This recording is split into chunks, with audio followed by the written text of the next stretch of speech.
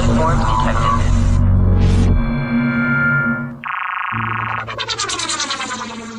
Jokes, stories, and commentary heard on Scott and Val Save the Universe are not necessarily the opinions of this station, its sponsors, the network, or our broadcast partners. Step back, everything will be okay. Two new heroes to face the day. Now throw all your fears away. And they're both in tights array. Scott and Val, here to save the universe. It's not a bad joke, or even a curse.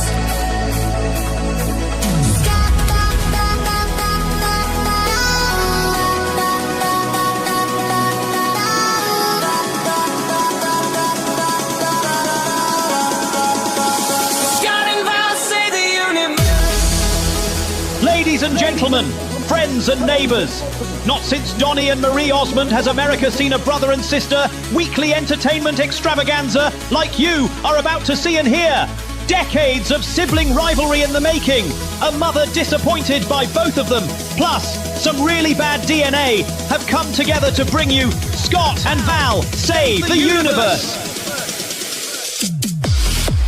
Val is looking absolutely radiant, which is impressive, considering she's standing next to her brother, Scott, a man who looks like he lost a fight with a mirror, and the mirror apologised. Scott and Val save the universe. Well, good morning. It's Scott and Val Save the Universe, the radio show you should watch. Definitely. On our show this morning and online with video on YouTube, Facebook, and Twitch, we invite you to log in, please, and say hi, because if you do, we hopefully will remember and give you a short shout out on the radio like we do for all of our new followers. Yes, like these fine new followers. The first one, it's our sister. But it only took her, 3 months? Yeah, to like our page. Yeah, we're coming up on 4 months, but thanks, sis. All right, we also have Deb, Kyle, Debbie, Shannon, a.k.a. DJ Broccoli. So he sent us one of our videos. Did you have a chance to check it out with the broccoli guy on it? I did check out the broccoli video. So it's kind of a little nauseating. Don't you think, Mr. Broccoli? I kind of liked Mr. Broccoli, I guess, just because he's pretty well done. Yes, the AI for DJ Broccoli's song and Mr. Broccoli is really good. So I'm thinking, I want to tell him so he can watch, but I think we'll maybe play that video next week and throw that out for people, since we have other YouTubers and FaceTubers out there reaching out to us. Also, Elena, Billy, the musician Freeze, Marina, Dennis, Jim, and what a cool name here, Anders. So thank you guys very much. Today's show, Ken Owens with Panic Time. Wow, last week's Panic Time was crazy, so I'm kind of scared what he'll come up with. Alan Melani and his whacked out weather. People love it. Alan, for days after the show, it's good he's doing a week-long forecast because he gets lots of spins. And in the second part of the show, we have Joel Wilzinski join us, Ski by the Sea. Joe channels Foster Brooks, so he's a little inebriated. All right, and then we have Nigel, our sportscasting AI today, with round 4 of Odd Sports. And today Nigel is covering, get these sports, Val, bog snorkeling. Ooh. Kind of sounds disgusting. It is. All right, we've got some pictures of these. And then the other one Nigel will cover today is car jiu-jitsu, which is as difficult as it sounds. Fighting in cars. I want to know, are you fighting a car or fighting in cars? I didn't know when I first saw it because I asked, the Google for a list of odd sports so I could research them. And he threw that one out. And my first impression is that you were jousting with cars or something. And I was wrong. But now I want to joust with cars. And once again, the car wins. Scott's all laid out. Yeah. All right. So let's see. What else we got? Oh, also today on the show, it's the return of Bigfoot. You know, when Bigfoot wants to show up on the show, you just let him. Yeah. You don't even try to lock the doors because he'd just break right through. Also, me and Val, fully loaded with fun. More groovy stories in future news, which is coming up in this first segment. Also, odd news in segment number 2 before the end of the show with proof that evolution can go in reverse. That's what we call it. Odd news, stupid criminals, all that stuff. And Val, before our first break, has an audio visual treat that you shouldn't miss. That's why we are the radio show to watch. That's right. Yes. We are so much more funny if you watch us, I think. You know, our friend Ron said that's the only way he'll do it. And if he misses his show, he comes back to Facebook and watches the whole show religiously each week and then critiques us. Thank you for that, Ron.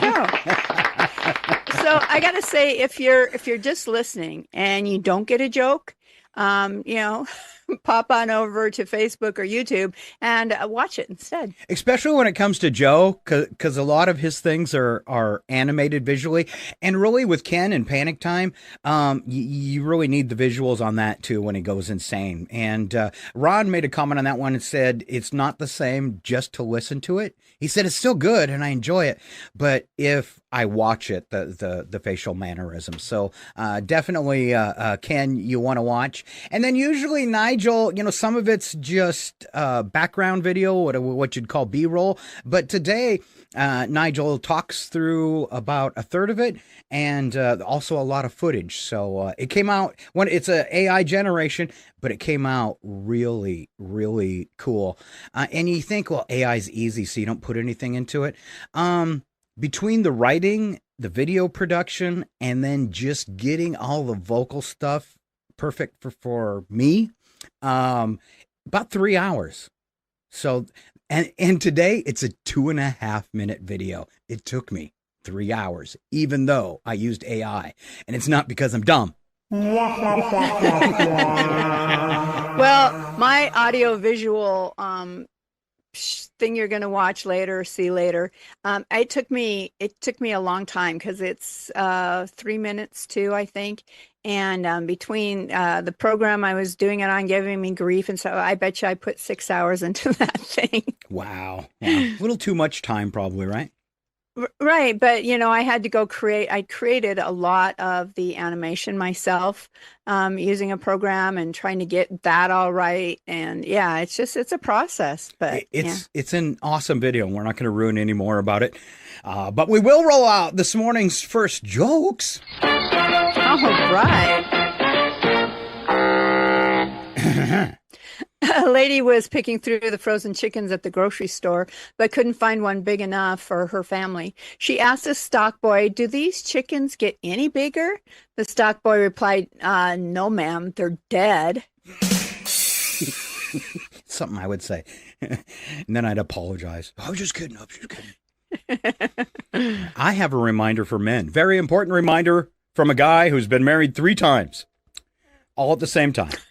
Just kidding. But if I ever get married 3 times again, I am going to marry all 3 of them at the same time. It's probably not legal. Sister wives. Yeah. A woman has the last word in any argument, men. Anything that you say after that is the beginning of a brand new argument. Thank you. Oh, for sure. You agree. Val agrees totally. Imagine that. I do. Val agreed with something I said. Ooh. First time for everything. Why am I so red in the face today? I actually tanned, but I don't know why. Oh, there you go. Well, when you put your hand forward, then it gets less red and then slowly gets redder again. Yeah. Look at this. Scott's nearing a heart attack. By mid-show, I should collapse. So tune in. Stay tuned in. All right. Here comes my sister with 4 things you didn't know yesterday. Okay, for filming of the 2021 James Bond movie, No Time to Die, they had 10 versions of Bond's silver Aston Martin. Ooh. Wow. I would like They just keep wrecking them and then had to bring out a new one. How fun would that be? Next thing you didn't know yesterday, elephants have been known to remain standing after they die. Whoa. Plant yourself like an elephant, I guess.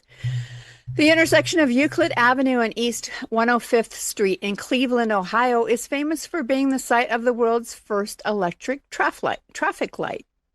Really? Cleveland? Didn't give us a year, though. Huh. Okay. Huh. Yeah. I'm curious. And then, hey, Scott, did you know male monkeys lose their hair on their head at the same time male men do? You may be a monkey's uncle. Wow. Here comes your first one, Val. Shut up, Wesley. That's The one. first of many. Yes, the first of many. That's First one. of many. That's one. All right. Let's see, Val. I got some trivia before we get into our next set. 7% of moms admit they've thrown away what? The baby with the bathwater? Nothing that horrible, Val. Okay. It's a mom. So they admit they've It's thrown only away 7%. Only 7%. Only have thrown away what? 7%. I'm gonna say like their kids' retainer. I don't know. Oh, no. It's worse than that, Val. It's a Mother's Day gift. Oh. So you leave the house. Have you ever thrown away a Mother's Day gift from your kids? I think eventually at some point you throw them away because, it's like the maybe the card they made or, the ceramic ashtray, whatever it is. I think stuff like that you might eventually kind of toss out. But Okay. But there's a certain amount so of far, time no. you have to hold on to it. Okay, so far your answer is no. You don't remember particularly throwing. I don't recall. All right. Second question. Some people, and I'll quit. Some people might not know Val's my sister, and we do share the same mother because sometimes you can be brother and sister or not. We share the same mom and the same dad, and the same bad genes. So, do you fear turning into your mom, Val, as we approach Mother's Day? I try really hard not to, but I did have a mom moment the other day. And then afterwards, I was like, I probably shouldn't have done that. But I was in the grocery store because our mom would do something like that. I was in the grocery store. I know what you did already. And I was in the produce section, and the head lettuce they were selling was just like all brown. And I'm like, it's just, why would you even try to sell this? So there was a kid standing there in front of it, and he's not moving because I need to get to some lettuce. And finally I said, excuse me, can I get in there? And he's like, oh yeah, well, what kind of lettuce did you want? And there was leaf lettuce right in front of it. And I'm like, well, not that head lettuce. It looks crappy. And then I was like, oh, that's something our mom would have said. Yeah. Last week when we were doing Ruin a Movie, one of the things was, I can't remember, she'd snap her fingers and all the restaurant staff would quit. That made me think of Mom. All right. So if you're scared of this happening, ladies, here's some helpful and simple strategies to make sure you never turn into your mother. All right. Never avoid freeways just because you know a way. Never place your toilet paper in anything that be construed as a toilet paper holder. If it's crocheted, shaped like a poodle's body, you may as well surrender. If you've got one of those crocheted toilet paper holders, it's too late for you.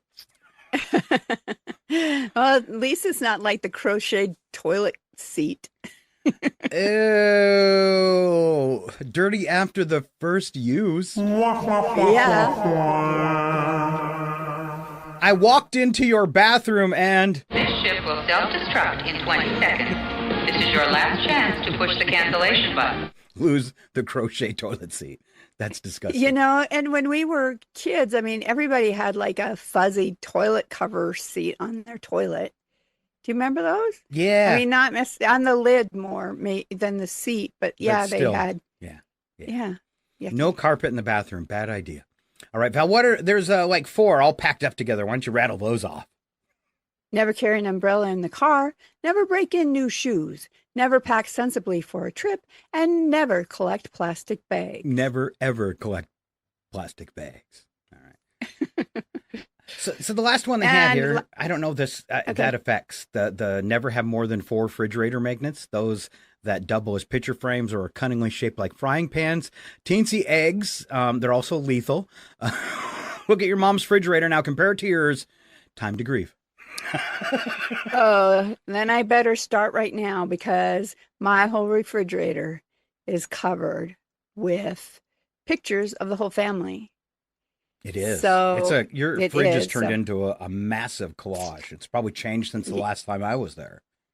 Yeah, I try to swap them out every now and then, but yeah, so I do the same thing. I'm already there, I guess. I've done the same thing with my fridge. I've even have things my daughters have written me, like on pieces of paper on the fridge. So it looks like I've used my fridge as a bulletin board or a place to take notes. And then there's tons of little Star Trek and Bigfoot pens. Imagine that. Can you imagine that? I can't imagine that. My favorite one, it is from the 60s, and it's a voting button, and it says vote for Spock. It's pretty cool. All right. That is illogical. That is very illogical. All right. I'm just doing a time check here, looking at 7:39 this morning. What animal would be the most terrifying if it could fly, Val? Oh. You want to start this off? We'll go back and forth. Sure. A centipede. I've seen that in a movie. Really, a flying centipede? Yeah. I would like to see the next one. Flying hippo. What would you do if it was coming at you? Oh, man. Duck? I don't know. How about an ostrich? But they got little wings. Why do they have wings if they can't fly? I don't know. It's kind of like an emu or, yeah. Okay. Octopus, all tentacles. Ooh, flying tentacles coming at you. This is how I chase people down the street. Oh, this one would be horrifying. A tarantula. Oh, like little 8-legged bats. That's cool. I'm getting some ideas for new horror movies here. A honey badger. I can tell. Fearless, indestructible, now airborne. Congratulations. Nowhere is safe anymore. Exactly. We're all going to die. Oh, how about a porcupine? Quills are bad enough. Now imagine it shaking mid-flight like a biological dart gun. Duck a cover. Oh, I saw the new, I can't remember his name, last name Hauser, and he's with Marky Mark in a new movie on Netflix, and they kill a Komodo dragon. Oh, okay. Yeah, and then they have to pay for it in bad ways. Komodo dragon, flying, actually cool, venomous bite, zero urgency, until it can glide directly into your personal space like a prehistoric hang glider. That means dragons would be back in the air, and I'm totally okay with that. Ooh, yeah. All right, how about a camel? Spits on you from the ground already. Now it's got aerial range. No one is emotionally prepared for that. If there were flying camels, I'd want to be one. Ha! Ha! Boom! Boom! A little laser fire. I thought you'd want to ride it, through the air. No. I want to be the camel so I can spit. All right. Spit. Last one, cows. Imagine looking up and seeing a 1,500-pound dairy product making eye contact on the way down. This is how civilization ends, ladies and gentlemen. Don't you have a sound effect for that? Apocalypse cow. I usually, yeah. I don't have that on my button bar, but it usually is. I do have this, though. It's going to be really loud, but it'd sound about the same as the cow coming down at you out of the sky. It's as good as I can do. All right, let's see. Next up, Val, are you normal? Well, it's relative to begin with. All right. So if I'm with you, I'm more than normal. Wow. I thought you'd be worse off. Let's see. I'm surprised I didn't get a shut up Wesley because that would be the. No, you confused me, which isn't that hard. All right. Val, 44.5% of Americans chew on ice. Normal. 40% crack their knuckles. I do not crack my knuckles, so. Me either, so. All right. And at 40%, would that really be normal? I guess that's enough people to call it a normal thing. All right, this is a fun one. 40% pick off scabs. Okay. You were supposed to throw up or something. I'm just still in shock. Yes. But more guys do it than women. That makes sense. I think I was more apt to do that as a kid. I think as kids you do that. Yeah, but yeah. As an adult, no. Until it makes you bleed again, and then it starts to hurt, and then you realize it was a bad idea. Mm-hmm. Let's see. 25% bite their toenails. No. Yes. No. Who would do that? Oh. I'm so glad for Ooh. most of my life I was too fat to do that. I never got into the habit because the leg would not get up there, but now it will. So maybe it's something. Yeah, that's Is it something to start? disgusting. No, don't start. I think it'd be extra fun if you had those thick, gross yellow toenails. Ooh. Now you've got toe fungus in your mouth.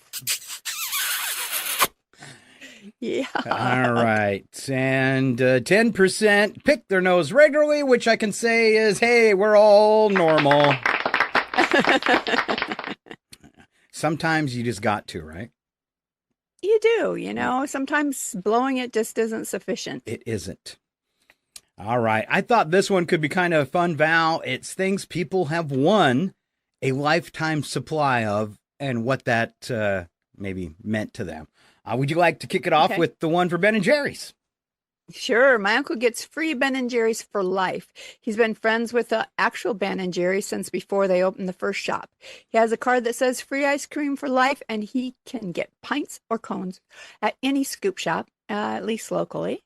Whoa, I'd be huge. Huge. Ridiculous.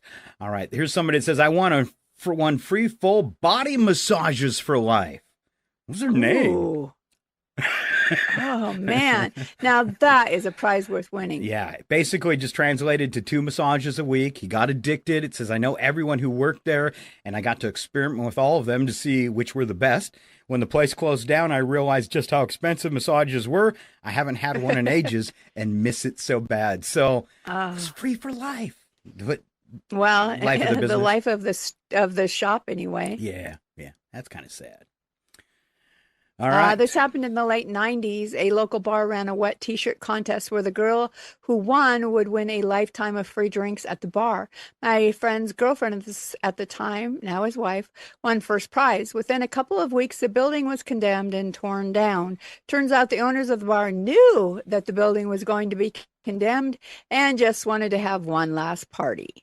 Whoa. How lame is that? That is really lame. That's Boo. Horrible people. All right, 18 years ago, we won a lifetime of vet visits for my cat. They expected to give it to someone with an old pet, not a new kitten. She's still alive 18 years later. The vet clinic has moved and rebranded 5 times, but they still honor the award. Good for them. Oh, wow. Yeah. That doesn't happen every day. No, I thought that was a good ending. I was assuming it was going to be something else. My dad won a lifetime supply of cat food, but A, they delivered it all at once, and B, our cats didn't like that flavor. We donated it all to a local animal shelter. Well, at least it went, to a good cause. That's pretty cool. That is cool. I know someone who won free gas for life contest many years ago. They get a $100 gift card every month, which wouldn't go very far today. Barely fill your tank today. Yeah. I guess, though, it doesn't, you get free gas once a month for life. Yeah. If you have a Prius, if you have a Prius, you'd be scoring big time. All right. What the world wants, we're heading toward future news, but first, what the world wants Americans to know, Val. Someone asked non-U.S. residents to tell Americans what the world would like us to know. Would you like to start? Treating politicians like worship leaders is kind of creepy. Yeah. Because it's kinda. And it's happening right now. So we're creeping out a lot of people. For sure. Just because it's organic doesn't mean it's healthy. Okay. Okay. Yeah. All right. All right. Having a normal healthcare system that doesn't leave you in debt is not communism Are you sure? or socialism or any of that isms. Yeah. Freedom of speech does not mean freedom from consequences. Evidently, it does here too, Yes, as yes. well. Guess what, dudes? You are a foreigner in more than 190 countries. Oh. Guess what else? Most other countries don't have such an obsession with high school sports. They're all about the soccer. Yeah. Yeah, for sure. People, metric is the better measuring system. Sorry. Wah, wah, wah. And you shouldn't have to give birth and then go back to work a week later. That's what other people say about Agreed. America. All right. Yeah. All right. Those are pretty good. Think about They are that pretty before you travel. And I think every American, because we're so spoiled, if you're going to be traveling somewhere, you really need to take a view of what the etiquette is for the particular country you're going to. Wouldn't you say you went to Australia recently? Right. Did you research a little bit about what you shouldn't do? I mean, like some countries, you don't want to offer somebody your left hand or your right hand. So it can be confusing. I did, but just because you suggested, I guess I hadn't even thought about it, maybe in the, getting ready to go or whatever. But you asked me on the radio program if I had researched that. And so I did afterwards. And for the most part, I mean, it would be things you would think of anyway. But one of the things we found out that really was obvious when we got there, if you're out with all of your friends and you don't buy a round of drinks, that is considered one of the biggest faux pas. I mean, to the point where it makes them very angry with you. Ooh. If you don't pick up a round. And so, yeah, it was just interesting to see that. All right. We are already running behind today. How did we manage that, Val? What? Yeah, we're already running behind. I see Ken in the green room, and we're off to Future News. Stand by, Ken. Ladies and gentlemen, It's time to strap in! 5, 4, 3, all systems go. 2, 1! We have it time!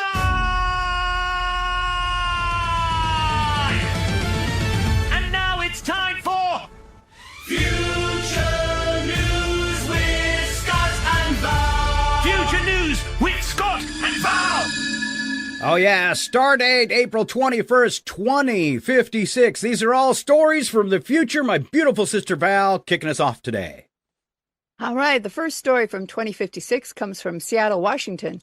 Amazon unveiled its latest innovation Tuesday, Thought Delivery, a service that ships products to your home before you even realize you want them.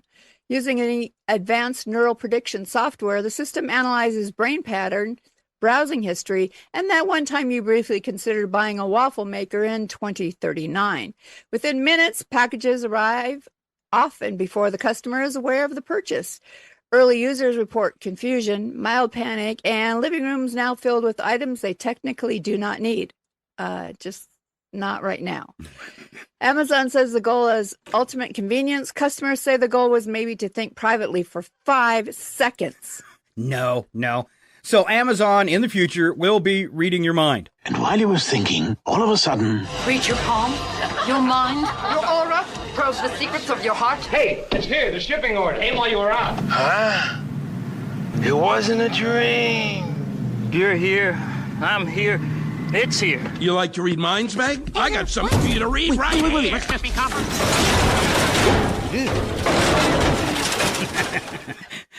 I don't think you wanted that stuff. I already feel like you just barely look at something that you possibly want to buy. And now every ad you see on Facebook or when you're browsing on Google is what you just looked at. Mm-hmm. On to Las Vegas we go. Strip welcomed its first fully AI-operated casino this week, where every dealer, slot machine, and cocktail server is powered by predictive algorithms. Within hours of opening, the casino reported record-breaking profits as the AI quickly adapted to every human gambling pattern and eliminated the concept of luck. Players described the experience as impressive, terrifying, and why does it keep calling me by my childhood nickname, Scooter? Casino officials insist the system is fair, noting that customers are technically allowed to win. Gamblers say it feels less like a game and more like personalized financial intervention. And for the first time in Vegas history, the house doesn't just win, it explains why you thought you wouldn't lose. All right. Got a sound effect for this one, too, because casinos are a little different in 2056. Your balance is zero. Your balance is zero. Your balance is zero. Wow, you are one pathetic loser. Loser. There you go. I think that could be a ringtone, you know. I was trying to go up with something that would sound like the music on the casino, on the slot machine, but it didn't quite work out. All right, this one is out of Tampa, Florida. In 2056, in a historic and deeply predictable turn of events, a man legally known only as Florida Man was elected mayor Tuesday. Within his first hour in office, he held a press conference announcing a formal declaration of war on humidity. His plan includes punching the air until it cooperates and installing several large fans pointed towards the sky. City officials have not clarified whether any of this is legally binding, but construction on the fans has already begun. Residents say they are concerned but not surprised, and meteorologists confirm this is the first time weather has been challenged to a fight. Sounds like that Florida man who was president in 2026 without all the death and destruction. It does sound like that, doesn't it? It does. I like how you started going really slow. Do I want to say Scott's line? Not really. No, I wanted to say it. I just wanted to have dramatic effect. Oh, okay. And since this was Florida and Florida Man's president, I wrote a new Florida song. There's no fix. Even in 2056, their intelligence is often disputed. Truth is, people in Florida are still stupid. There's really nothing we can do. Still, that smell of old people too. So just be happy that they'll always be dumber than you.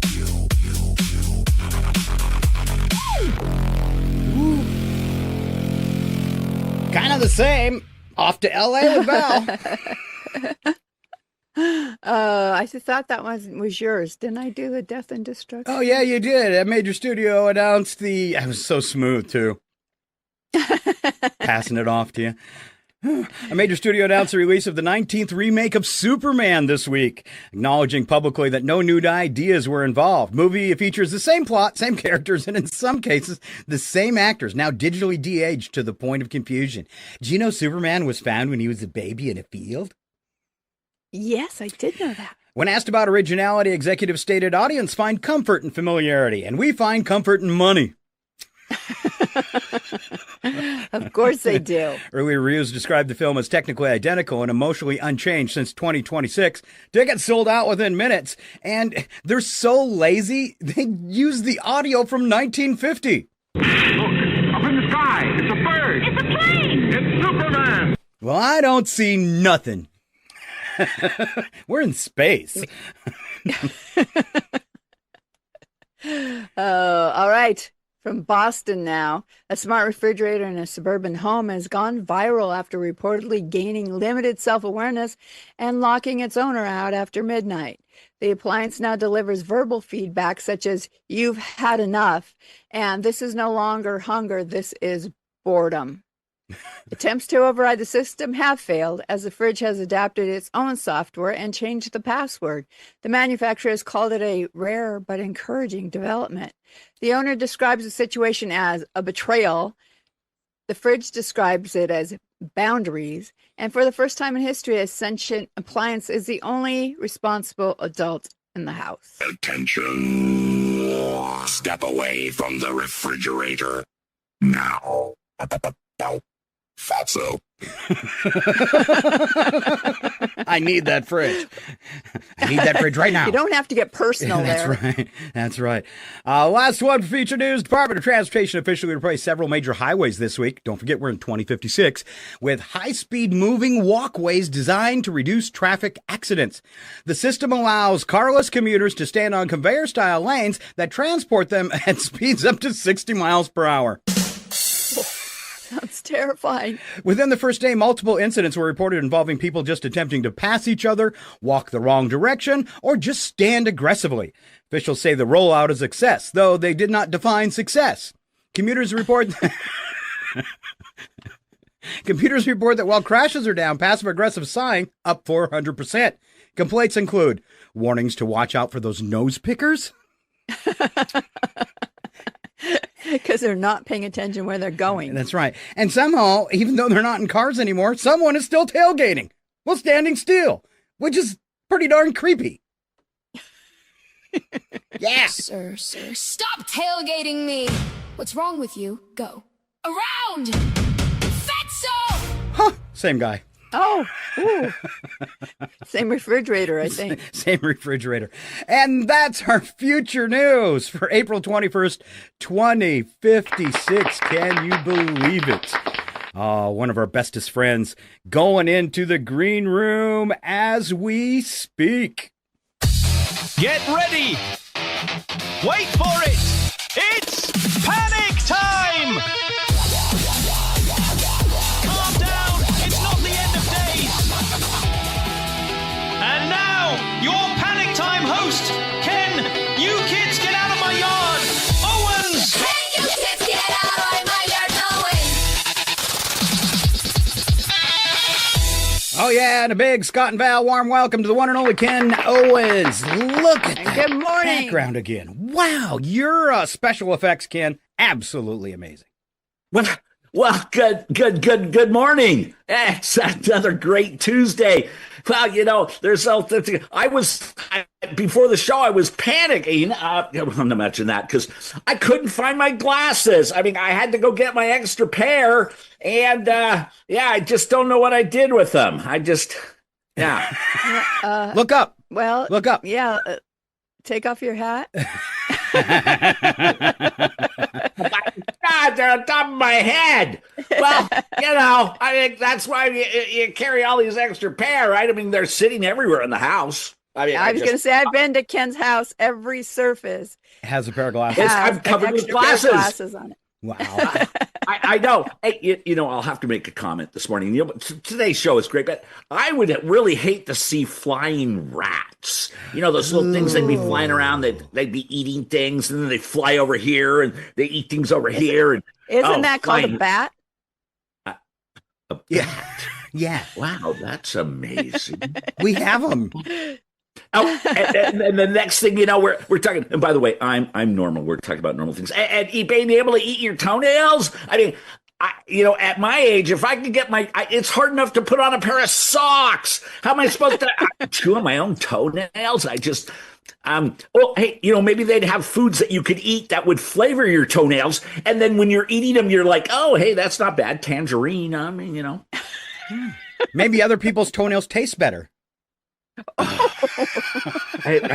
was hungry, but I don't know about it anymore. But then the one that really is scarier before we start with panic, no, is, you know, Amazon's got this predictive thing where they're going to send you stuff when you're thinking about it. And then I'm thinking, oh my God, that's a prelude to what does Scott think about in the shower?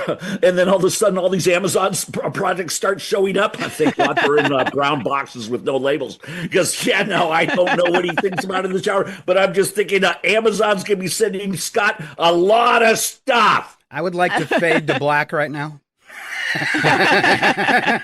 Anyway, wait. You know, everyone, don't panic. Don't panic. Well, you know, we should be panicking. You know, why is everything so small? You know, I mean, just the other day, you know, we're going to the stores and stuff. You know, like the thing right here is that the candy bars. You know, you used to get those great candy bars. They were big and they were fluffy and they were delicious. And you know, they wouldn't even fit in your pocket. Sometimes they were just like they seemed normal. And then you know, did they get a little smaller? No, they're not a little small. Well, I think they're getting smaller. And then pretty size, no, they're definitely getting smaller. Oh, it's a fun size. Oh, it's supposed to be fun. And then now they're micro size. So you got these little itty bitty things. They look like little chocolate chips with a wrapper on it. And that's supposed to be a candy bar? No. Oh man, yeah. I know what you're talking about. And they're expensive. No matter the smaller they get, the more they cost. Well, they put like 3 of them in a bag now, and you're like, oh, hey, I got 3 of the little microchips. Hey, a microchip. That's where they came up with the idea. Oh, I see where we're going. Anyway, and then, you got your laundry basket, you always seem to have this laundry basket, and they're too small. You're putting all your clothes in it, you're carrying the thing around, and then jeans are falling out onto the floor. You've got pants over here, socks over there, and then you're like, oh, but I think I need a bigger laundry. No one gets a bigger laundry basket. They just, if they're dirty and you're on your way to the laundromat, that's okay because, you're going to wash it. But then, you're carrying the thing out, you got clothes just falling over. The laundry basket, they're too small. But this is what I'm leading up to is why are words?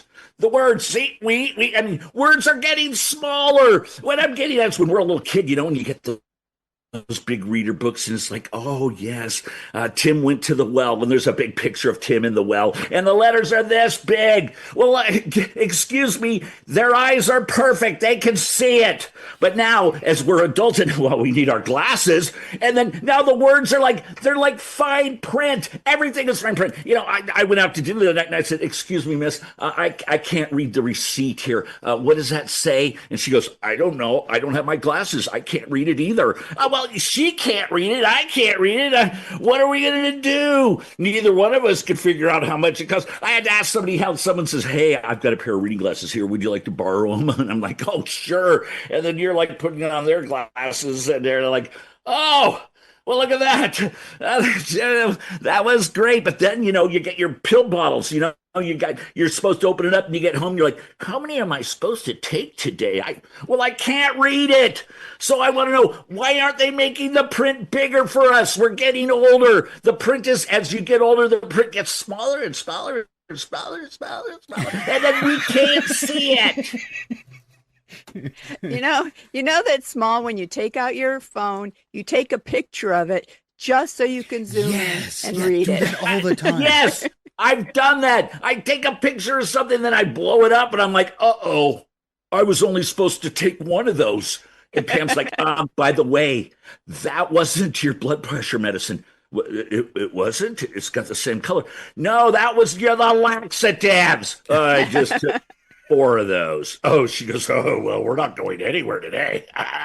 No, yes, the print needs to be bigger. It's just, why do they do that? You could carry one of these in your pocket, like the pocket magnifying glass. There you go. Oh. There you go. Would that fit on top of my hat? Maybe you could tape it right here. You could get 2 of them. Anyway, I just want to know, why as we get older are things getting smaller? They need to be getting bigger. Just like us. This is Panic Time with Ken, and thank God I found my glasses. So Ken, are you upset with me? No. Why, Scott? Because I'm small-sized. No, I love Brad and Val. Brad and Val Saves the Universe. No, it's not Brad and Val. No, it's Scott and Val. It's Scott and Val Saves the Universe. Apparently he doesn't Brad love and Val me. are another couple. I get them. Yeah. All the time. All right. That's all right. Well, this is Panic Time with Ken. Thanks for staying tuned. And, we love y'all. And we'll see you at another time, I'm sure. Anyway, Panic Time with Ken. Thanks. All right. The one and only Ken Owens. Thanks so much for being here today. I don't know how we managed it, but we're already running long on stuff, and very excited to let you know we're going to break. And when we come back, we will have the one and only Alan Melani and his whacked out weather forecast, plus Val's song. I promised it before the break. When we come back from break, we're going to play a little catch up and get to some of these cool things we had going on, but we don't want to leave Alan waiting too long in the green room, and we will be right back. Scott and Val Save the Universe will be right back. They're probably heating up a chocolate teapot. I hate this job. This total bollocks, isn't it? Their mum must have been real knackered after raising these 2 wibble-wielding squiffies.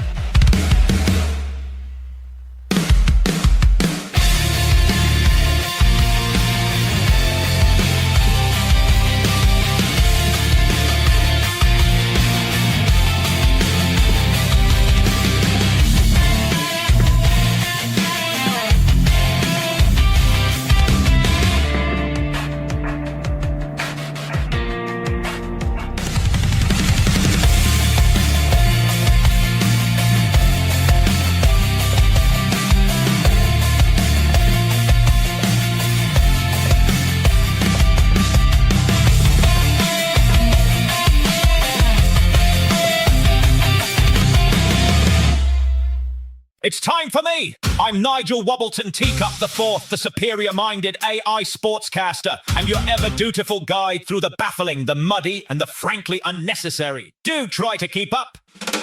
Right then, gather round for Odd Sports Part 4, as we traverse this peculiar little planet in search of athletic endeavor that raises a single, pressing question. Who looked at this and said, "This is a sport"? First up, bog snorkeling from Wales. This is where someone stared into a ditch full of peat despair and what can only be described as liquid history. Here's how it works. A trench is carved through a peat bog, typically about 60 yards long and filled with thick brown water that resembles nasty tea brewed by someone who hates you. Competitors must complete 2 lengths of this trench. Now, you might assume traditional swimming strokes are involved. You would be wrong, gloriously wrong. No freestyle, no breaststroke, no dignity. Participants wear flippers and a snorkel, place their faces directly into the bog, and propel themselves forward using only leg power. Arms are largely useless here, as they tend to disappear into the murk like a bad decision. Visibility is 0 because you're swimming in muck. Wales proudly calls this tradition. The rest of us call it an enthusiastic drainage project.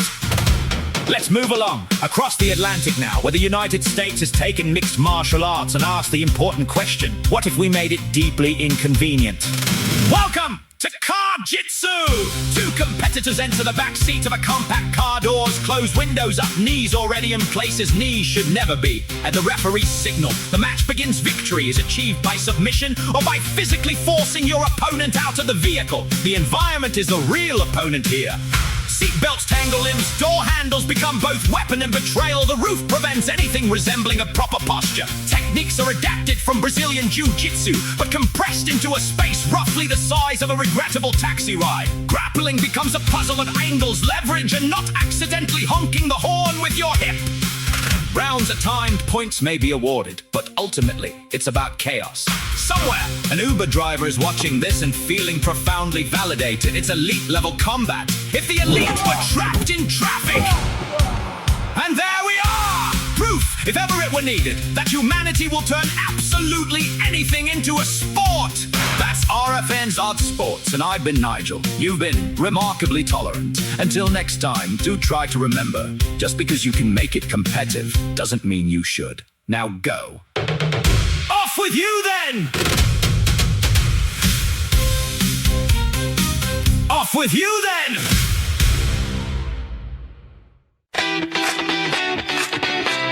And we're back, yes, somehow still on the air, for part 2 of the Scott and Val Save the Universe show. The only program brave enough to tackle cosmic chaos, armed with opinions, questionable logic, and absolutely no official clearance. If the universe is saved today, it'll be by accident. Strap in, lower your expectations. Let's carry on.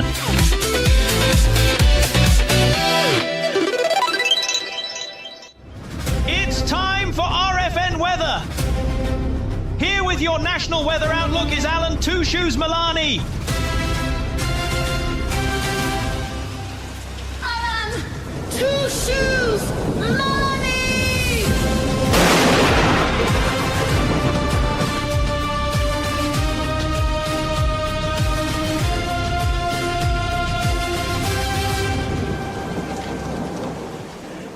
And welcome back to the show for part 2 of Scott and Val Save the Universe. And our guest starting off the hour, Mr. Alan Melani. Alan, I love starting your promo because as soon as the promo starts, you get a big grin on your face.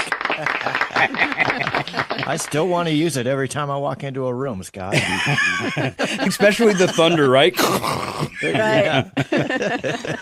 Well, you are here and looking forward to your weather forecast today. Amen. Let's rock and roll. All right.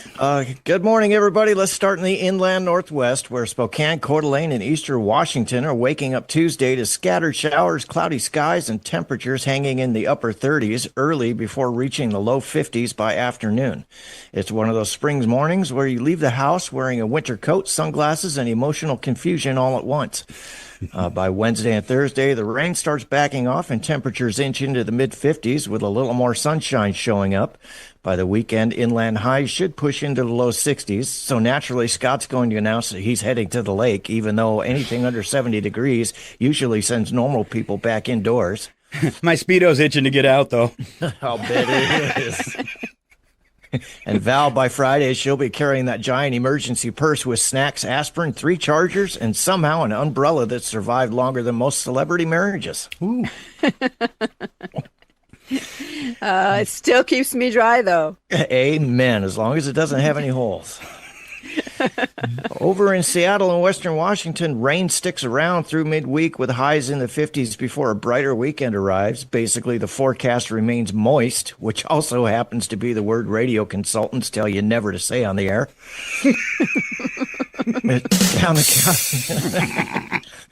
Down the California coast, northern parts of the state see a few showers Tuesday before drying out late in the week, while Southern California stays sunny with highs in the 70s. In Los Angeles, people will call 68 degrees freezing, which is adorable to everyone who owns a snow shovel. Across the Southwest from Phoenix to Las Vegas, the heat starts building fast. Highs climb into the upper 80s and low 90s by Saturday. It's that magical time of year when your seatbelt buckle becomes a branding iron and your steering wheel tries to remove fingerprints. I don't know if we won't even say anything about those leather seats. Right? Try living in Arizona. The Rocky Mountains stay cooler with scattered snow on the higher elevations of Montana and Colorado, while lower elevations remain in the 40s and 50s. Spring in the mountains continues to be less of a season and more of a dare. Across the Midwest, cities from Minneapolis to Chicago could see some thunderstorms Tuesday through Thursday as warm air collides with cool air. Some storms may bring gusty winds and heavy rain, followed by calmer weather this weekend. In other words, patio furniture across the Midwest is preparing for another unauthorized trip into their neighbor's yard. The South, from Texas to Georgia, stays warm and humid with highs in the upper 70s to mid-80s. Afternoon thunderstorms pop up through the week because apparently the atmosphere there likes to overreact to everything. And in the Northeast, from New York to Boston, Tuesday brings rain and cool temperatures in the 50s. Then sunshine returns by the weekend with highs near 65. So people there can finally stop complaining about winter and start complaining about pollen.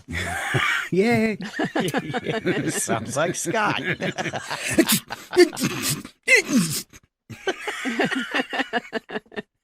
I don't know whether that was your allergies or a hairball, Scott. Both.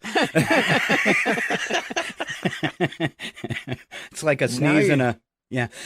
Yeah. You okay there, buddy? Yeah. I find this scientifically fascinating. Yes. And now your interplanetary forecast on Proxima Centauri D, located a mere 4 light years away. Astronomers still aren't sure what the atmosphere looks like, but early models suggest partly cosmic skies with a strong chance of ionized dust and occasional methane breezes. Temperatures remain somewhere between surprisingly pleasant and your eyebrows have evaporated. Residents are advised to avoid solar flares, secure loose spacecraft, and under absolutely no circumstances lend Scott the keys to another interstellar rental. Ooh. But I returned it. As far as I know, you left it on Alpha Centauri. Oh, well, I told him where it was. True story. Just like when they wanted to repossess that truck. I said, it's in the parking lot at the Home Depot. Go get it. I left it for you. Yeah. That's your national weather, where the forecast is changing. The planets are weird, and somehow Scott and Val remain the most unpredictable climate system in the galaxy. Wow, thank you. Ooh, I like that. That should go on an intro or something. Yeah. We will leave that there. All right, a little side note on this weather forecast. I don't know if you've got the whole picture or not, but he's not exactly working on all thrusters. Yeah. All right. Thank you very much for popping in, Alan Melani, and your whacked out weather forecast. Another great job. Thank you, Alan. Take care. See you next week. Thank you. We'll see you next week. It seemed like it was just a little too fast, though. All right. So, Val, I'll give you your choice of whether you would like to roll out your video or play Answer Wrong and Win. Let's start with Answer Wrong and Win. Hold the suspense just a little bit longer. Okay. So Val has a song. Song has a special guest. All right, so stand by. Did that help? Did that build up any suspense? I think so. All right. Could we? I can't wait to see it personally. Yeah. Could we make up a lie and say there's a prize? I know how to drive people. Come on. All right. Answer wrong and win. We had this scheduled before the break. Now, this is our late Earth Day edition. All right. But it's answer wrong and win Earth Day. Earth Day just behind us. Few related fill in the blank sentences to help save the planet. The way you win the game is just come up with the worst answer you can. All right. So exactly. I'll read the question, and then, Val, you can decide who's given their first answer. All right. Don't leave the blank running when you're brushing your teeth. Okay, you go first. Because this is probably my lamest answer. So you go first. This is your lamest answer. So you want me to go first? All right. My choice. Don't leave. I had two. And I really, you'll have to tell me which one was best. Don't leave the chainsaw running when you are brushing your teeth. Oh, now that's good. All right. Or my second choice was don't leave the ex-wife running while you were brushing your teeth. Chainsaw was the best. Okay. I'm glad I chose that then. Mine is not that good. Don't leave the car running when you're brushing your teeth. Yeah, it might not even be wrong. We're chainsaw, definitely wrong. Okay. Yeah. All right, next chance. Planting just one blade can improve our air quality. Okay. Mine was planting just one fan. 'Cause it's gonna move. From Future News, name it up at the sky. I think I have you beat on this one too. Planting just one middle school gym sock can help improve our air quality. Oh, that is pretty good. That is pretty good. My other one on there was planting just one Red Bull because it'll give you wings. Yeah, I get it. Another one I had thought of was planting just one broken vape pen will help improve our air quality. You came up with some good ones. And another one, conspiracy theorist. Planting just one conspiracy theorist can help improve our air quality. That might be the best. That might be the best. All right. Turn off the blank when you're not in the room, Val. The no vacancy sign. Okay. I'm not sure quite how to take that. I chose turn off the suspense when you're not in the room. Oh, okay. Like Alan wanting his theme song to play every time he walks in. Yeah. Yeah. Okay. All right. Instead of paper or plastic bags at the grocery store, bring a blank with you. Val? I said pack mule. AKA Brad. All right. The first thing I thought of, and you might remember this from a couple weeks ago, an odd nose, the woman that put the raccoon in the Walmart. Yes. So I said, instead of plastic bags at a grocery store, bring a raccoon with commitment issues. Second choice, and I might do this tomorrow because I don't have a raccoon. Okay. Okay. Instead of paper or plastic bags at the grocery store, bring a pillowcase and confidence with you. Maybe it should be, remember when people would steal stuff, you'd hear about a whole turkey in there, like their trench coat or whatever. There you go. It's usually their pants, the whole turkey. You've got a whole turkey in your pants. All right. Last one here, Val. If it's a short trip, skip the car and ride a blank instead. Hold up, Val, before you give your answer. I'm going to guess you said broom. Oh, now that would have been good.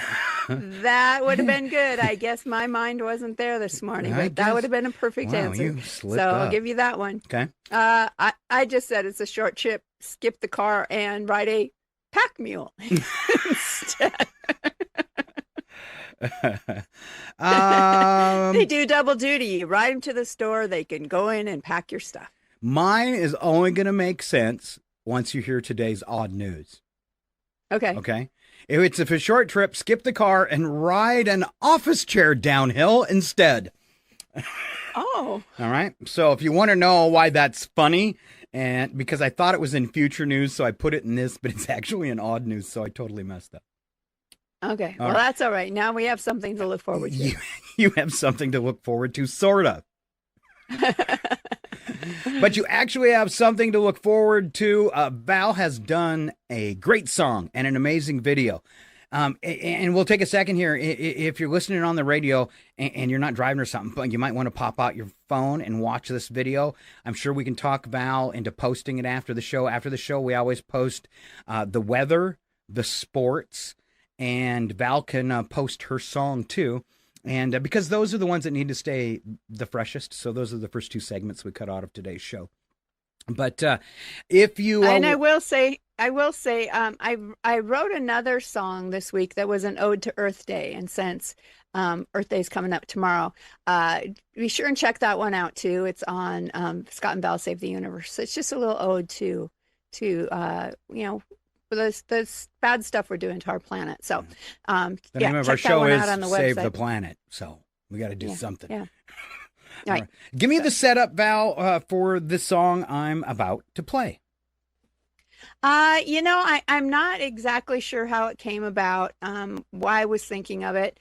And I don't want to give anything away because there's a little surprise in the song. So I don't want to give anything away, but I hope you enjoy it and you'll understand once you start listening. All right. Do you want me to big screen it or small screen it? Hey, let's big screen it. All right. I spent a lot of time on that video. All right. We're going to put it on the big switcher. There you go. All right. Here's my sister Val, and the title of your song, Val? Is Size 42.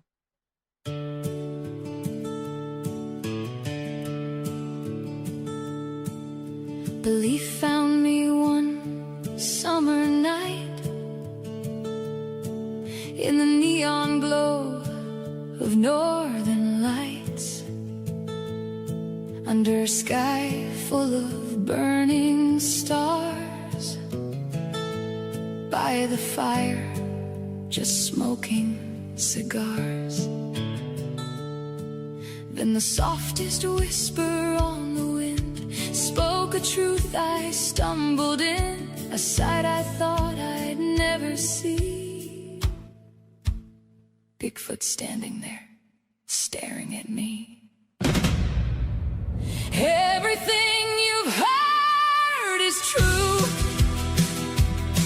He's big, he's scary, he's tall, he's hairy, and his feet are size 42.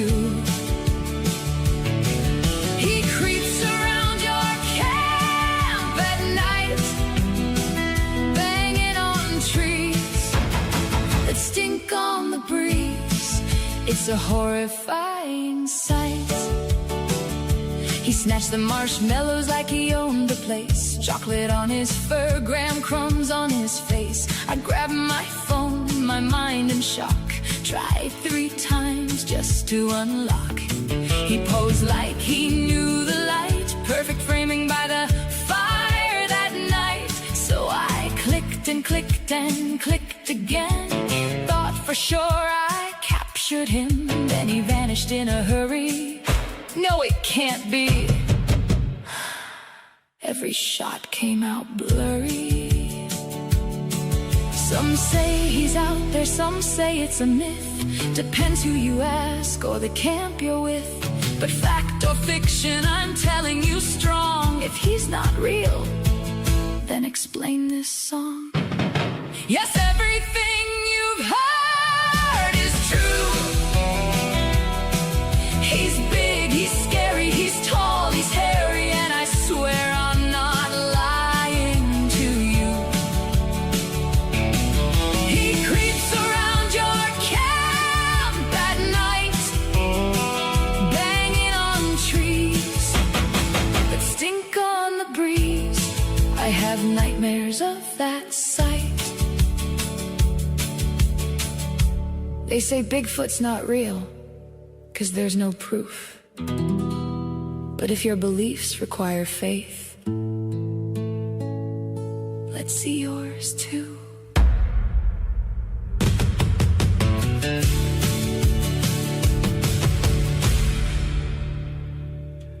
Good job, sister. That was fun. That was fun. And what gave you the inspiration for the Bigfoot song?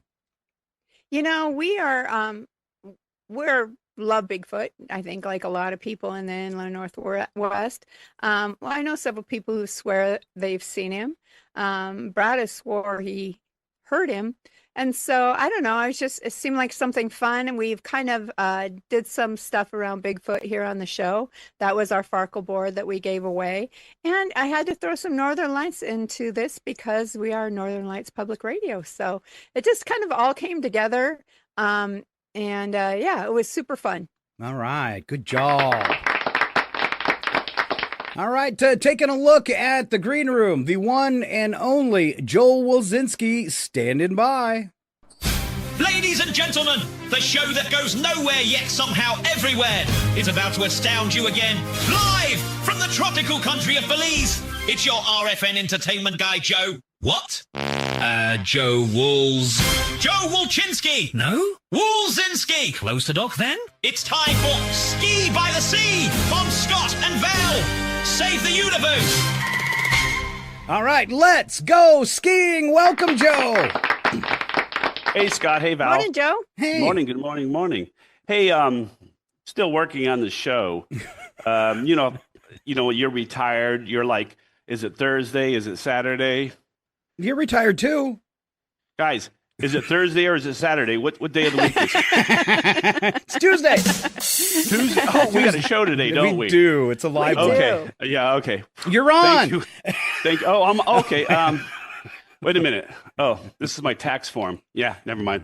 You know, when they send me my $5,000, I'll send them the $750, okay? Okay. All right. Is that how it works? Oh. Hey, Scott. Yeah. Got a question for you. You are a man about town, are you not? I'm a man. Not. And I'm in a town. Are you a man about town? Sure, I'm a man about town. Okay. What does that mean? I don't have a clue. That means, you've got some swagger and people know you. Ah, so you are not a man about town. I am not a man about town. Well, maybe back when he was in Chihuahua. Yeah. In Chihuahua. Yeah. When he was Chihuahua famous. Yeah. Gosh, But I miss nobody knows me anymore. I miss the days of being Chihuahua famous. I mean, it didn't help me any, but it made me Still feel cool. good. Yeah. Where everybody knows your name. Yeah. That way, when you walk out of your bill, oh yeah, hey Joe, remember last night when you walked out on your bill? Guess what? Yeah. You need to pay it. Okay, anyway. I think I got something here. Oh yeah, here's something. Today's show, dummy. Oh, okay, I got it. All right. So we're going to kind of pick on the entertainment industrial complex, which is a big money and stuff like that. So what I'm going to do is I'm going to give you the top 1, 2, 3, 4, 5 or 6 money makers from each major studio. Ooh, okay. All right. So, and then I'm going to ask you, what is your favorite movie? What did you donate to the cause to make it their biggest film? So Walt Disney Studios, huh? Yeah. Number 1 is Avengers Endgame. Kind of remember that with just the snap of the fingers, things happen. It sounds like that's what the FBI director is doing. He's kind of in trouble, so he's kind of like snapping his finger and making something happen. Anyway. Make it go away. 2019, $2.79 billion. That's a lot of money. A lot of money. Well, except for the U.S., we could just throw that away daily. Avatar, 2009, $2.92 billion. Star Wars, The Force Awakens. Luke, I am not your father because I'm not going to pay alimony. 2015, $2.07 billion. And it's Avengers. Sorry, you're better at that, Scott. Thank you. Okay. Yes, I remember. I remember now. There's all sorts of weird sounds coming out of you, don't they, aren't there, Scott? Anyway, Avengers: Infinity War. Smells, sounds. 2018, $2.5 billion, and The Lion King, 2019, $1.66 billion. Now, out of those movies, what's your favorite? Oh, I have to go with anything Avengers. Anything Avengers? Yeah, anything Avengers, anything, in that genre. So Okay. that would be Endgame for me if I'm choosing from those. Yes. Is that because of the Thor is in those movie? Yeah. Okay. Yeah, for sure. Yeah. Anything with Chris Hemsworth in it is a great movie for me. Yes. Scott, what was your favorite movie? I'm me and my sister both love the sci-fi. So the Avatar movie you gave, was that the original or the second one? Okay, I have to go back. It was original because Was he the said original? 2009, right? Yeah. I'm gonna go. I have to change, and normally, in any other universe, I would have said Avengers, but I have to go with Avatar because I don't think any of us had ever seen something so fantastical. I mean, today you can create anything you want with AI that looks fantastical. Yeah. But if you've seen Ferngully, you've seen Avatar. No. Yeah, I said it. You said it, but it was wrong. Batty. Come on. All right. Anyway, the next studio is Warner Brothers, which I've done a tour of. That's very interesting. Their number one film says a lot about America. Barbie 2023, $1.44 billion. I liked Barbie. I saw it. Okay. There was parts that were good, but there was more parts that were really stupid. It was. It's not what I expected, but yeah, I enjoyed it. It wasn't what I expected, but I will say this to the entertainment guy. So I watched the movie and I enjoyed it enough not to walk away from it. I watched it, but sitting here in my chair, I cannot think of one thing that happened in that movie that I can visualize. So that means it's nothing. So, well, okay, but Scott, Yeah? after you got done watching the movie, did you go and hug your Barbie dolls? Next is Only Harry his Potter. Ken doll. Next is Harry Potter and the Deadly Hallows, Part 2, 2011, $1.34 billion. Never seen any of those movies. Next is Aquaman at 2018 with $1.15 billion. This is kind I'm of really surprised that made that much. Yeah. Yeah. This is kind of surprising. Well, it's kind of like the Avengers things. It's got Jason. Yeah. Look at me. Yeah. He's kind of hard to watch too. Yeah. Okay. Like me. This is the surprising thing. Dark Knight Rises 2012, $1.08 billion. I figured it would. I mean, Heath Ledger just, or no, he's in the other one. Whatever. Anyway, and then There's been so many. And then The Dark Knight 2008, $1.0 billion. The Christian Bale Batman movies were the most successful in the franchise history, though. Right. Three, But yeah. Michael Keaton. Yeah, Michael Keaton. I liked Keaton. Yeah, I liked him as Batman a lot. I like him coming back as the old Batman too. That was awesome. Yeah. You know what I like about it? He was the most approachable Batman or whatever. I mean, I know Bruce Wayne is supposed to be, but I just felt he brought some of the kindness why Bruce was doing what he did. Right.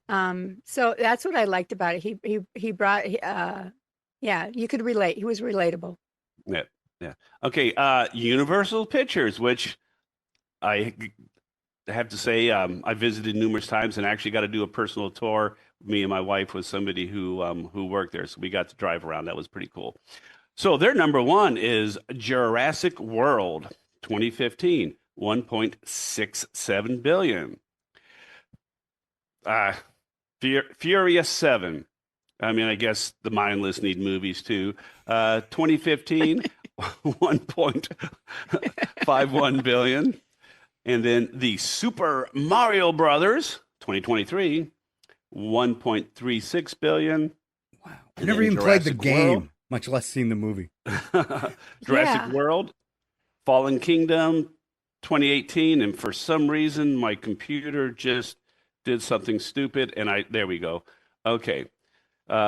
Jurassic World, Fallen Kingdom, 2018, $1.31 billion, and The Fast and the Furious, 2017, $1.23 billion. All right, big question on everyone's mind: what do all those movies add up to?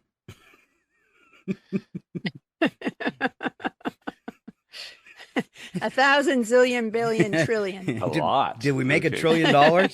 Yeah. Something like that. All right. Paramount Pictures. Okay. I'm going to get a little emotional about the first one because honestly, I think they both should have drowned on the door. Titanic, 1997, $2.22 billion. Wow. Top Gun Maverick, Val Kilmer, 2022, $1.46 billion. And okay, you guys, ladies, Val, have Chris, you have Jason. Guys, we have Megan. Transformers, Dark of the Moon, 2011, $1.12 billion. Transformers, Age of Extinction, 2014, $1.10 billion. Transformers, Revenge of the Fallen, 2009, maybe this one she was in, $836 million. And I forgot to ask, Val, Paul, what are your favorite ones out of those, that list? Oh my gosh. You know what? I am really not sure. The Jurassic Park ones are always fun. And I think the reason why they have those memories is because I can remember taking my kids to the very first one. And so there's just kind of a nostalgia around that one, I guess. So I'll go with the Jurassic Park ones. Well, and also your brother's kind of a dinosaur. Oh. Shut up, But Wesley. I'm older than him. But I'm older than him. No one can tell that, Val. No one can tell that. Wow. Scott, what was your favorite movie of that list? I'm just like my sister. I like dinosaurs, and I am one. Okay. Sony Pictures. Oh, wow. So Spider-Man, No Way Home, 2021, $1.91 billion. Spider-Man, Far From Home. He just has a hard time getting home, doesn't he? 2019, $1.13 billion. 007 Bond, James Bond. Skyfall, 2012, $1.11 billion. Jumanji, Welcome to the Jungle. That's not the classic with Robin Williams. Okay, anyway, 962 million. And then Spider-Man 3, 2007, 896 million. So out of those movies, what are your favorites? Hate Spider-Man. I hate Spider-Man too. Do you really, Val? That's amazing. I hate the Spider-Man. No, I don't know. It just doesn't work. Yeah. The first movie was cool, but we didn't need 10. Why is he the most prolific superhero for movies now? Because he's Spider-Man. He can make money when no one can. Spider-Man. All right. That's it. Well, Okay, Joe, we got to send you packing off here, so wrap this up because Val's got a doctor's appointment today. Okay, all right. So 20th Century Fox, formerly Fox, Avatar, Titanic, Star Wars Episode 1, The Phantom Menace, Star Wars Episode A New Hope, and then Deadpool. Hey, I'm going to give 1, 2, 3 Twizzlers to Ken because I didn't have a table, and then I thought, oh, hey, I could bring out the laundry basket and use it as a table. Well, yeah. Thank goodness it's not one of those collapsible ones. Right. Hey, and I got to go too because I need to work on my toenails, and it's going to be a little bit here. Oh, can you get it in your mouth? I'm working on it. You working on it? I'll talk to you guys later. All right. You got 2 feet to go. You right. got 2 feet to go. The one and only. See you next Joel Saturday or Sunday, whatever day it is. All right. Yeah, we'll do a live show then. I think it says leave here somewhere. Okay. There it is. Ladies and gentlemen, Joe Wilzinski. Bye. Somewhere. Oh, there it is. That's why in circles they call him Crazy Joe. You never know what you're going to get. All right, me and Val going to wrap up the show. Only one way we know how to do this, though, and that's, of course, with the craziest of the crazies, and that's what we deliver before we go. Ladies and gentlemen, brace yourselves. It's time for Odd News with Scott and Val. The only segment brave enough to ask, who let this happen? And then read it out loud anyway. Proof that evolution is taking a coffee break in America. And 1 or 2 other places too. These are real stories involving real people who woke up that morning and chose chaos. If you're thinking, surely no one would actually do that, allow us to assure you, yes. Yes, they would, repeatedly. So settle in, lower your expectations, and remember, this isn't fiction. It's humanity, unsupervised, on Odd News with Scott and Val.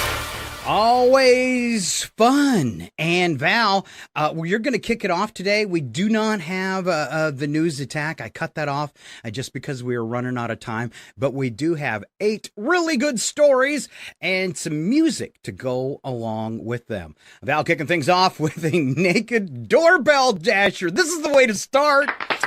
Exactly. In Tempe, Arizona, police spent Thursday night responding to a string of alarming notifications. Multiple residents reporting a man ringing their doorbells completely naked. Security footage shows the suspect casually walking up to homes, pressing the doorbell, and then standing there patiently like he's expecting customer service for a situation no one ordered. In one case, a homeowner actually opened the door, made eye contact, and immediately closed it again, which investigators are calling the correct response. The suspect then jogged off into the night with the confidence of someone who has absolutely no mirrors in their house. Police later found and arrested him nearby. Alcohol is believed to be a factor, along with a complete breakdown in decision-making, because nothing says, good evening, neighbor, like arriving with absolutely no introduction or pants. And somewhere in that neighborhood, there is now a Ring camera notification no one will ever emotionally recover from. Like that one Brad had to open with me on it. Yes. Just like that. Wow. Well, much like that situation, and don't take this the wrong way, but I did title this song Ding Dong. He rang the bell like he owned the street. No shoes, no shirt, no plan, no seat. Camera caught when no one needs. Neighborhood watch saw your little deeds. Ding dong ditch, but you stayed too long. Full exposure, everything's wrong. You wanted answers, you got the cops. Next time, buddy, say hi with pants and a top.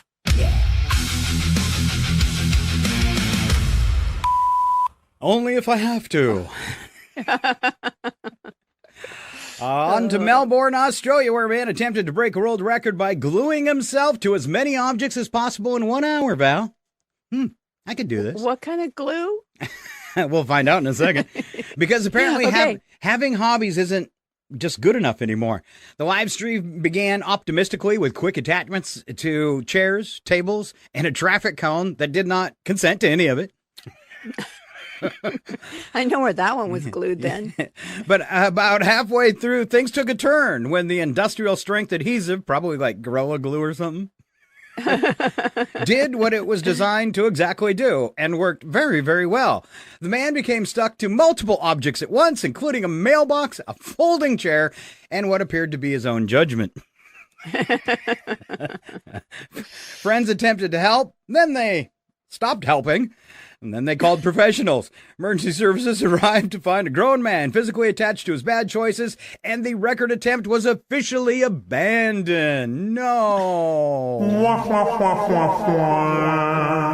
He set out to make history and instead became a public service announcement about how not to use glue. At one point, Val, he was bonded to so much furniture he technically counted as furniture.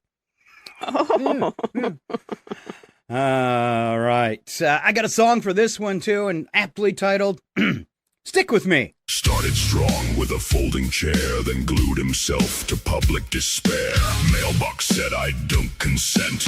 Now he's part of his apartment. Stick to your dreams, not the floor, not the wall, not 3 random objects at once in the hall. You wanted fame, now you can't move your feet. Congratulations, you're not very neat.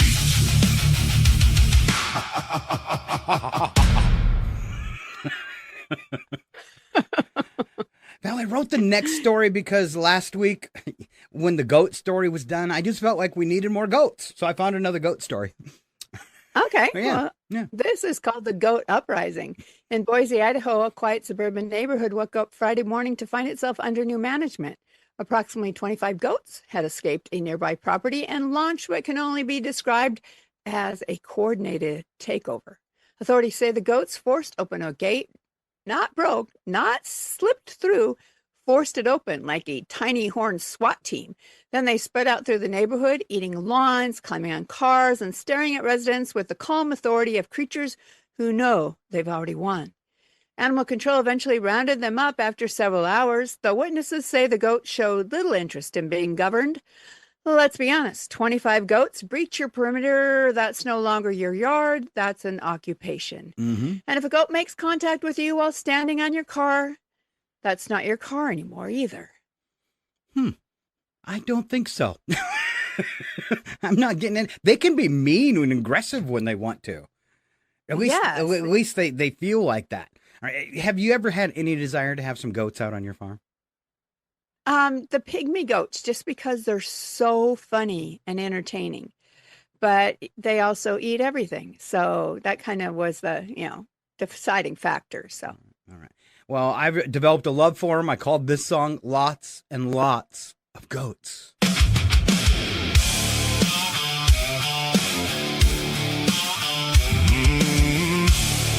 Little country. Whoa. Gate went down at the break of dawn. 25 goats said this is our lawn. Ate the hedge and claimed the street. Parked on cars like tiny elites.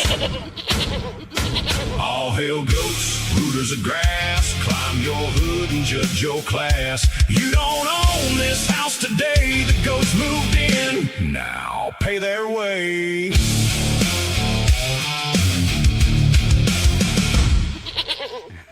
Remember that from last week, don't you? I do. I think I laughed hysterically over the goats last week. I was prepared in case you got that story in the rotation today so that I could trip you up again with goat sounds, but it didn't work out. All right, we are going on to Lincoln, not the Lincoln I live in, Lincoln, Nebraska, a place no one likes to go to, where a man was arrested Saturday night after attempting to go through fast food drive-thru on a lawnmower. Employees initially assumed it was a joke because hope is important.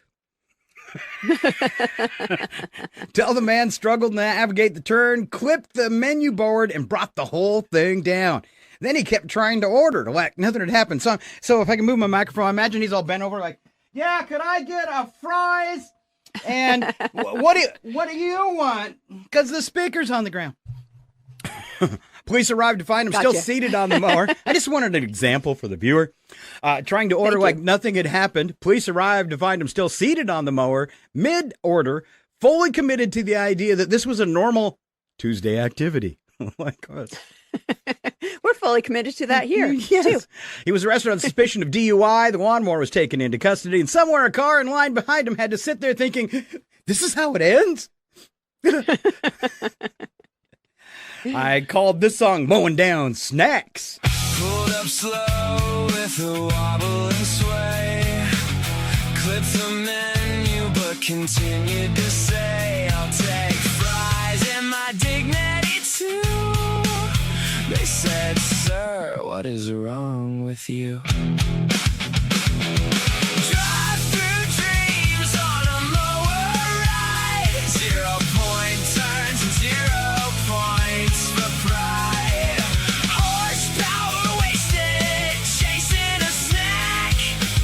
Since nobody showed some butt crack.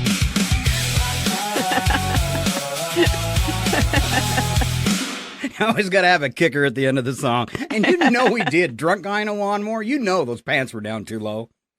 Oh, yeah, for sure. Because I mow lawn myself. I know how it works. Oh, boy. All right. I think we alluded to this little story earlier. We did. In London, England, a man moving offices decided the most efficient way to transport his furniture was to become part of it. Witnesses watched as he rolled down the street, sitting in an office chair, holding a desk lamp and dragging a small filing cabinet behind him, like a man who had fully committed to a concept and refused to revise it. He managed several blocks before encountering a curb the natural predator of bad ideas, and flipping directly into a bush. He was not seriously injured, but spiritually, there are no questions. Oh, there are questions. Police declining to charge him, likely because they were too busy trying not to laugh in uniform. No serious injuries were reported, though his professional reputation may never recover. And if you arrive at your new job by crashing into a shrubbery while holding a lamp, you don't need a resume. This story got you hired. Roll to work with a lamp in hand, dragging files like a one-man band. Hit the curb, met a bush instead. Career moves straight to office-based dread. Roll straight to HR. Crash your desk into a car. If you commute inside your chair, you've already lost your office flair. It's true. It's true. Almost as good as Bigfoot is a bison selfie. Oh, yeah. Okay. Gone to Yellowstone we go, where yet another tourist tested the long-standing theory. What if I ignore the warning signs? Officials say the individual approached a bison at close range to take a selfie because nothing says memories like immediate danger. The bison responded the way nature always does, by charging and knocking the tourist face first into the ground. The individual survived with minor injuries and what we hope is a major shift in judgment. Park officials once again remind visitors that bisons are wild animals, not mascots, not co-workers, not Instagram collaborators. At this point, Yellowstone should install a scoreboard. Bison undefeated, humans still reading signs. Like their mere suggestions. Yes. And somewhere that bison is telling its friends, another one tried it. Can you believe it? No, it was amazing. Needed a banjo for the bison.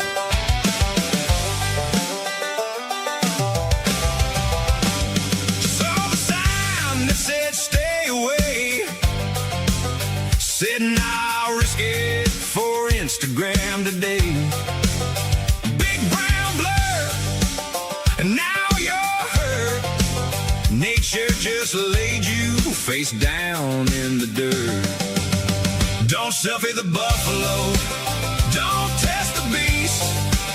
You're not the guest. You're the accidental feast.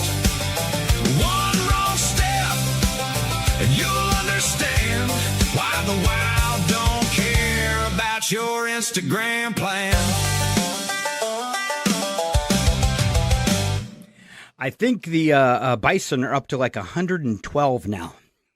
I think so. Yes. Oh, let's go to Dublin. Cool. In Ireland, where a man attempting to vandalize an ATM discovered that technology does have limits, and patience is not one of them. Just ask that refrigerator in 2056. Security footage shows the suspect striking the machine repeatedly before it activated its anti-theft system, blasting him with dye and rapidly expanding foam. Within seconds, his hands were stuck, his clothes were stained, and his entire life had taken a very public turn. Police arrived to find him still attached to the ATM, looking like a modern arts installation entitled, "Who Did You Do?" What would you do? Did you do? I would. I have no idea. He tried to take money and instead became a deposit. That ATM didn't just defend itself, it arrested him. And I didn't type that. Well, yeah, I did. I'm sorry. It doesn't make sense. Nobody knows who did it. Yeah, we should just. Police arrived to find him still attached to the. Did you know an ATM could like glue you to it with foam? I did not. I mean, that's Dublin, Ireland for you, I guess. Well, I've seen little things on them, and I've wondered if that was like an ink spray or something. I wonder if they all have that now. I mean... Don't try it. Don't test it out. But I want to, Val. I want to.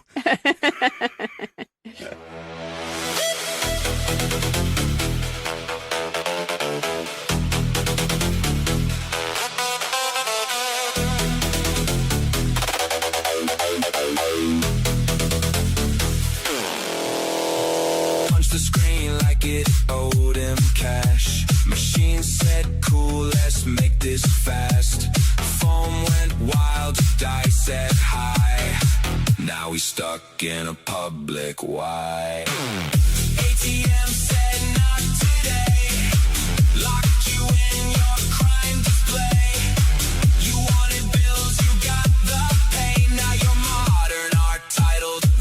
human stain.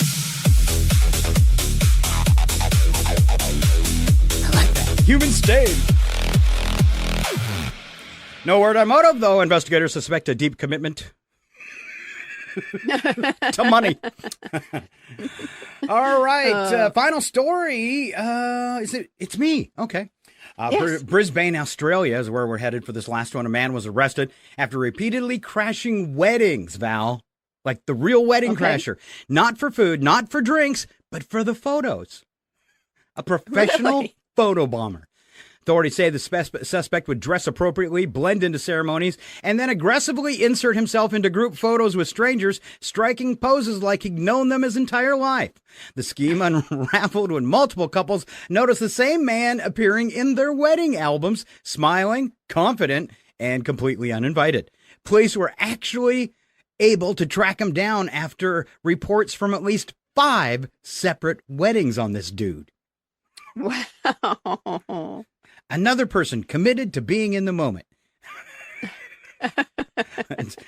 He didn't just crash weddings, he photobombed marriages, and honestly, if you make it into the wedding album legally, you owe him a gift. For sure. For sure. New suit, new smile, he slipped right in. Toasts were made, he smiled with a grin. Every album, there he stands. Random guy with confident hands. Say I do, and there he is. Uninvited, stealing your cheese whiz. He's the photo bomb king. In every shot, you got married. He got 3 hots and a cut. And that's what he deserves. And that, my friend, is your odd news for Tuesday. And that takes us to the end of the show. I want to thank you for being here today for Scott and Val Save the Universe, episode 15. Val? If you missed any part of it, remember, it's the radio show you should watch, and it will be available shortly after the broadcast. Plus, catch up on past shows, segment cutouts, and shorts on Instagram, iHeart, Alexa, Amazon, Facebook, Twitch, and YouTube. If you visit, please subscribe or follow and say hi. Now that we have a bunch of shows, we're streaming content 24 hours a day at the Rogue Frequency Network on YouTube and Twitch. All right. Appreciate it. Appreciate all the new follows and all the new likes. I think our video posts after we cut up the show, we rounded up over 6,000 views last week, which is a record for us. So thank you, the listener. Yes, thank you so much. Yeah. All right, Val, have a good rest of your day. Any closing words? Just have a great day, everyone. And don't yell at the kid at the produce counter and tell him his lettuce looks horrible. Just, smile and keep your mouth shut. It's a lesson I wish I'd learned. Yes, he can't help what the produce looks like. I wasn't yelling at him, just at the produce. But anyway, be nice. All right. We all get a little edgy. So save the universe with Val and be nice. There you go. All right. Have a great day. Thanks for listening. Step back, everything will be okay. 2 new heroes to face the day. Now throw all your fears away. And they're both in tights array. Scott and Val, here to save the universe. It's not a bad joke or even a curse.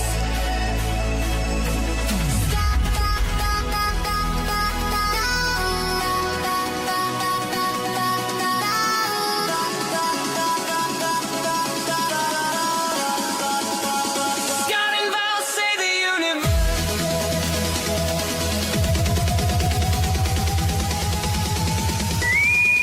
This ship will self-destruct in 20 seconds. This is your last chance to push the cancellation button. Engage. Don't forget, catch Scott and Val here every Tuesday morning at 7:20. I hate this job. Scott and Val save the